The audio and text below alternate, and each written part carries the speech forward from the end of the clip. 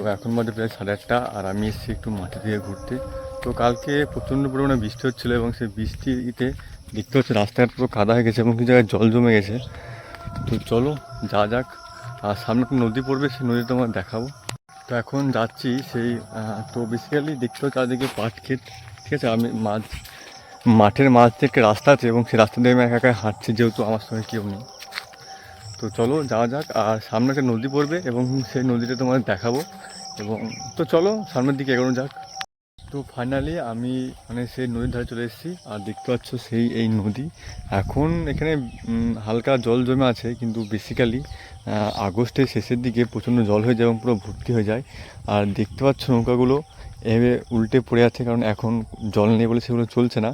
কিন্তু যখন জল হবে তখন এগুলো চালানো হবে। হালকা হালকা কালকে বৃষ্টিতে হালকা জল জমেছে, দেখাচ্ছি,